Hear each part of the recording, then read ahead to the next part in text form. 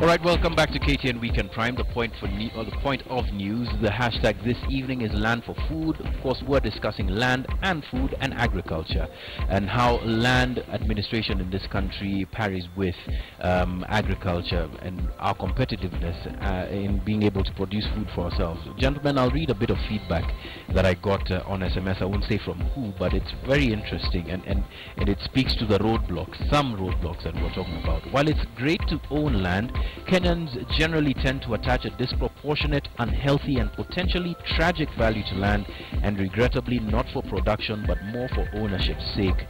Our collective attitude to land ownership needs to undergo a thorough revision if we're to see the end to this unfortunate, heartless and primitive elimination of Kehi Mwiri, which, by the way, I need to plug this. Dennis Onsarigo has a great piece on the killings of Kehi Mwiri tomorrow on KTN Weekend Prime. You need to see that, and Boy Committee and its directors. This, of course, speaks to the attitudes that we hold with respect to land and how those could be a stumbling block. James, I want you to speak to this from the point of view of our competitiveness. Are our attitudes as Kenyans the problem? Well, to some extent, to the extent that when we talk about productivity and food security, we focus only on land and forget that for food to arrive on your table, there could be over 100 people who play a role to get the food on your table. I mean, the farmer, there would be the person doing the transportation, even the person who does the cooking. So the whole chain needs to be looked at. And I think if we have to address the challenge of attitude, then we need to start looking at food security from the holistic aspect.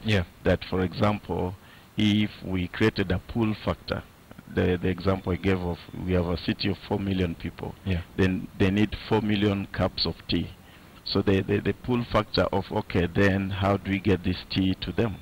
All the way to the land, then the land starts having value without necessarily having to force everybody to go to the land. Or to own it. Yeah, a few of them can be on the land, produce the product, let's say potatoes.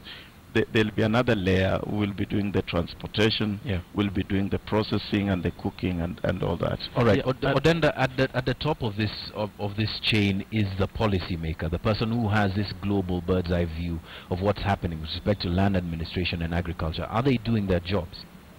I think the problem we have, it is easy to tell people about attitude.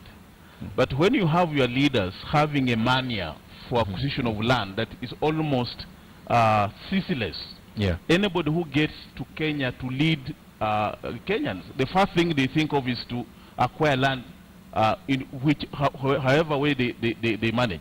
And I think we have never seen anybody who in Kenya who is he has succeeded in other fields or in other sector who has surrendered the land to the landless as a leading example of doing this. Well, let me stop you there. President Uhuru Kenyatta during the debate said that they had given, his family had given back some land. It is not the first time he said. Yes. Uhuru Kenyatta every time when he's convened has been giving the Taitas land. And I bet if there's anybody with a title out of the Uhuru family land.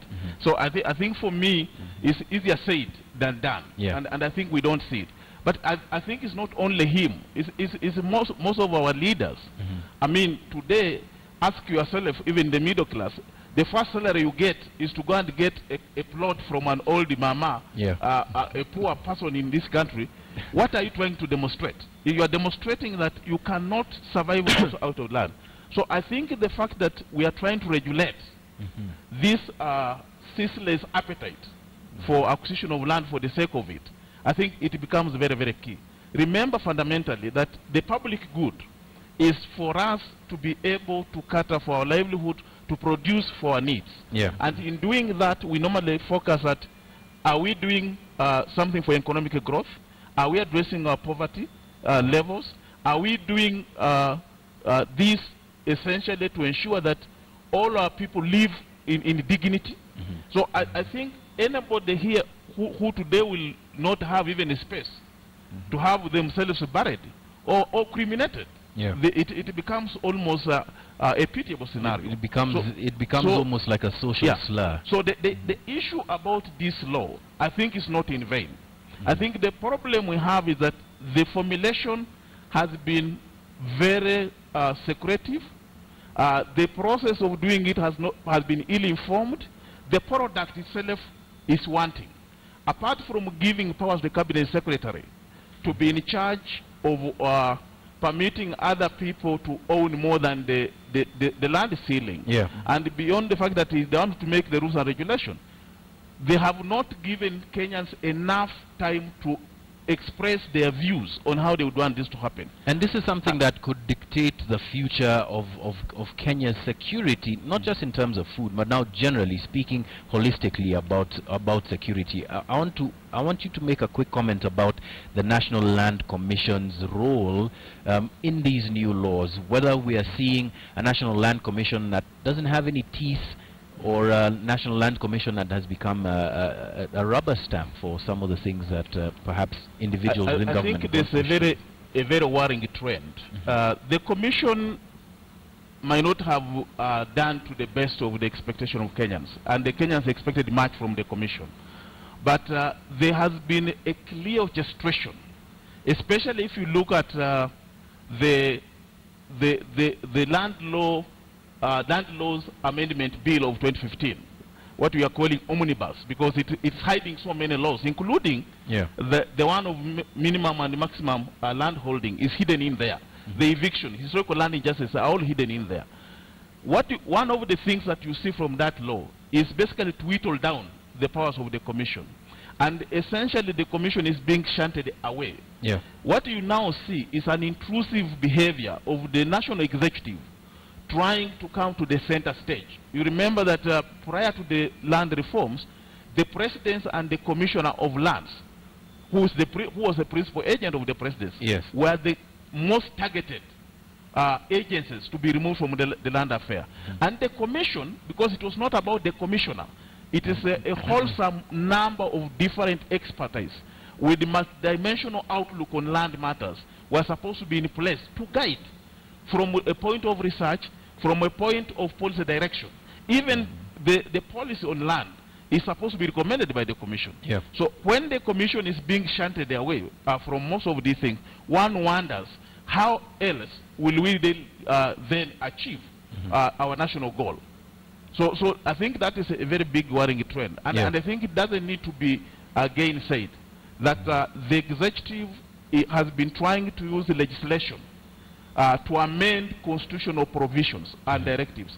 That is unconstitutional, that is unacceptable, that must be resisted with enough pressure, just like the lack of the political goodwill that they're exhibiting. Well, we'll see what happens this coming week when that Kamkunji by members of parliament discusses this omnibus. But let's reel it back in a little bit towards agriculture, but also sticking with the trend that seems to be occurring. And I'll speak specifically to a place like Kiambu County. High potential area for agriculture. It does very well with the rain-fed agriculture, and it's been a breadbasket of sorts in terms of cash crops. But now you find large gated communities being put up there where coffee farms used to be. Is there any scope for the reversal of this, especially in areas like that, James? Yeah, I'd like, maybe before I comment on that, just to build on what Odenda has just mentioned, because it's very scary. The picture it's painting really makes it very difficult, for farmers or for any investor to have the confidence for the future. Because remember, when you're planting maize, you're planting because you know somebody will not come and cut the maize the following week when it comes out. So the confidence that it will grow up to the harvest time is what makes you plant the maize again and again.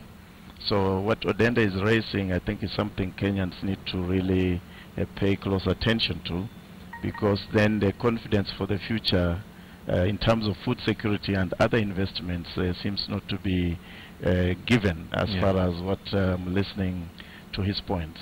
Now, to your point on the turning what is originally agricultural land to residential area, I think it speaks to policy, because even historically each country has to have an urbanization policy, And I recall the traditional model used to be, even in urbanization, you create zoning. So as a country, this is an area we need to look at and say, do we just leave it to be, laissez-faire? People do all they want to do, or do we discuss and then agree that for food security purposes, and also just thinking futures, that we create, zoning laws to agree on what should be put where. Recall, we're having challenges of traffic jam. And recall that with 4 million people, you need a sewerage system. So it's not something you can entertain an ad hoc kind of approach, just putting houses all over the place. There has to be a plan and alternatives as well. All right. The flip side to this is the majority of Kenyan land in this country. Arid, semi-arid. Look at the counties in the north: Turkana, Mandera, Marsabit. Not much focus has been put on these counties with respect to the potential that they could have for agriculture. Does this law speak to that, and what perhaps needs to happen now, even in the absence of a law like that, to ensure that they are brought into the fold of creating food security for this country? Odenda, as we make our final point. I think with the problem we have had two drafts. One draft gave about 7 ecological zones, and some of the ecological zones were the arid and semi-arid zones, and therefore it was catering to that extent. The areas we call mostly the arid and semi-arid areas, they are not like you would say a hopeless basket case. You know that just within last 2012, we were alerted to the fact that there's a discovery of water aquifers within Turkana, and of high magnitude. We also know that one of the arid and semi-arid areas, Tana River, is almost where now we are having Kulalu Galana 1 million acre scheme. We know Pekere is in Baringo, in a dry area, because on the little water there is. These areas are not, they are full of natural resources other than the ability of growing crops. And you know very well that if we are not grazing, doing pastorism in this area, definitely Kenyans could not even afford to eat meat. So these areas have a lot of minerals, and they are being discovered. In the very driest area of Ukambani, we now have coal. In the very driest areas of Turkana, we have oil, we have gas and other minerals. It's all over that natural resources litter these places. Contrary to what we think, some people think that those areas are basically dry sand areas. Almost all the charcoal that Kenya use come from those semi-arid and dry areas. So the potentiality of these areas is the extent of how far can we open up. Our tourism and wildlife is all over these places. And therefore, in terms of natural resources, we are almost blinded by the humid and semi-humid areas. But we are forgetting that this is the areas. Even our Lapset corridor, incidentally, that's where it traverses. And you could see the real core value and of this that. Could be an area for potential growth. Even the super gauge railway, it traverses these areas. So the issue is about opening up these areas and connecting these areas. So for me, the idea that arid and semi-arid areas, to the extent of aridity because of the humidity and the rains, is no longer the excuse. In any case, when it rains heavy, there's too much water that Turkana literally floods. So why can't we be harvesting that water and use it for irrigation? If you look at small areas of Turkana, one of the driest areas of those areas, the few areas, the pockets where there's water, it produces one of the best food. Mandera, Wajir, that's the same. So for me, these areas are not categorized as basket cases. If anything, these are the new frontiers of investment in this country. All right. Odenda Lumumba from the Kenya Land Alliance, as well as James Shikwati from the Inter-Region Economic Forum. Thank you very much for joining us. Lots to discuss here about land, about agriculture. We could get into especially that last one on these regions being the new frontier for Kenya with respect to food security. Unfortunately, time does not allow us to do so this weekend, but we shall be discussing that, especially in the wake of the discussions by the members of parliament this coming week with respect to that omnibus of land laws, community land laws, minimum and maximum land holding laws. But Yvonne Okwara has been following this discussion on land for food and has a couple of salient points that we've perhaps talked about and now summarizes them on What's the Point. Yvonne.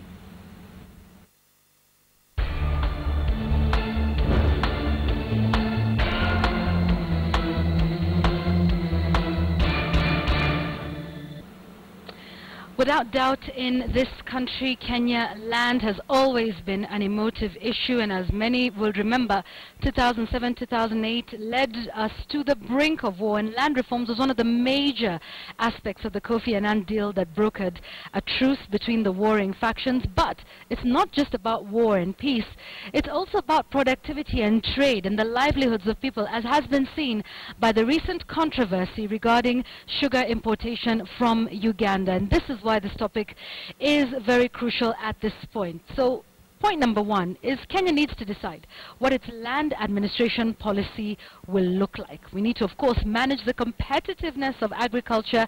As we have seen, production of key products like sugar and maize remains highest in this country compared to other countries within the East African region and indeed the wider COMESA region. We also need to look at issues regarding redistribution of land and the factors leading to urbanization and indeed fragmentation. Like our panelists and many of you have said on air tonight, it's the issue of what is our culture surrounding land? What is our attitude towards it? How do we utilize land? Is it just a place to lay you down once you die, a simple burial ground? These are some of the issues we want to look at, and not just common man's attitude to land, but also government agencies and those tasked with land administration in this country. Also, the role of the National Land Commission that was entrenched with the coming of the Constitution in 2010. We need to revisit that. Fears are that the role of the National Land Commission is being progressively emasculated, especially with this bill on maximum and minimum acreage in land, restoring matters of land into one office, which is what we tried so hard to move away from before 2010, and moving that into the office of the Cabinet Secretary as is envisaged in that law. And speaking of that law, was it participatory? Were you as a Kenyan given the opportunity to be able to look into it and give your views on that issue? Now, as Josh Mayo says on Twitter tonight, land capping law, has it been made for the poor, and are the elites exempt from it? Finally, it's not just about how we use the land, but the infrastructure surrounding it. Many are familiar with the term farm to fork. How does the food get from the farm to your table, to your plate? That involves infrastructure, the road systems. Also, the cost of electricity, which is the cost of production of goods, and that is linked to value addition in the manufacturing sector. Mechanization of farming practices. Are we still using traditional farming methods, thereby making us more or less competitive when it comes to this? One of our guests who spoke on KTN Weekend Prime last week said, are we even talking about the quality of food that we're producing? We're talking about the amount of sugar. How about if we changed and started producing sugar which has more sucrose content, thereby making it more commercially viable in other countries? These are some of the questions we need to take a look at today, and that is the point on Land for Food tonight.